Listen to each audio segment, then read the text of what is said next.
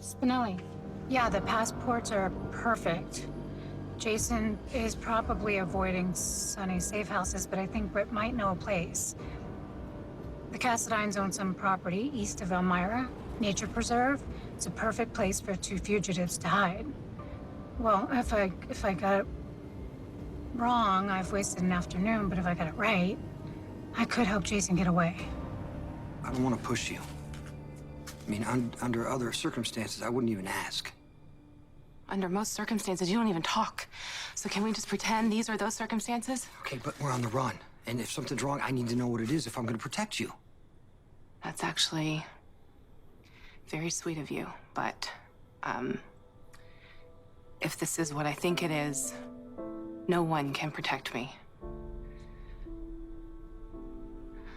I'm sick, Jason. I have Huntington's disease. Huntington's disease. Are you sure? Yeah, my father had it. I remember. Well, as luck would have it, Huntington's is hereditary. If you have the genetic markers for the disease, it's not a matter of if you get sick and die, but when. And you have the markers? I have a 50-50 chance. So you don't know? My mother insisted that I get the test. But I lied and told her that I did, and that I was negative. I know it sounds crazy, but I didn't want her to worry. And I wasn't ready to make the call. It's not like I can do anything about it anyways.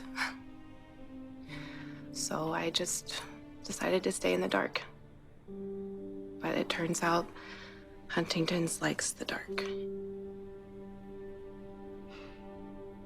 I started getting these tremors on my hands a few months ago.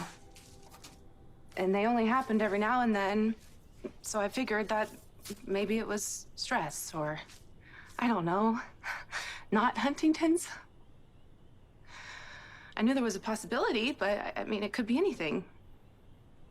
Anyway, that was then, and this is now, and now the tremors come more often, and they're not as easy to stop, and sometimes I just have to wait for them to pass.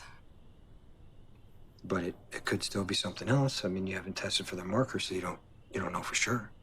Well, I was finally ready to know. I even had a test lined up, but then things, they got so crazy, and we went on the run, and it's fine. I can reschedule. I mean, how fast does Huntington's progress? As fast as it wants, or as slow. There's no predicting.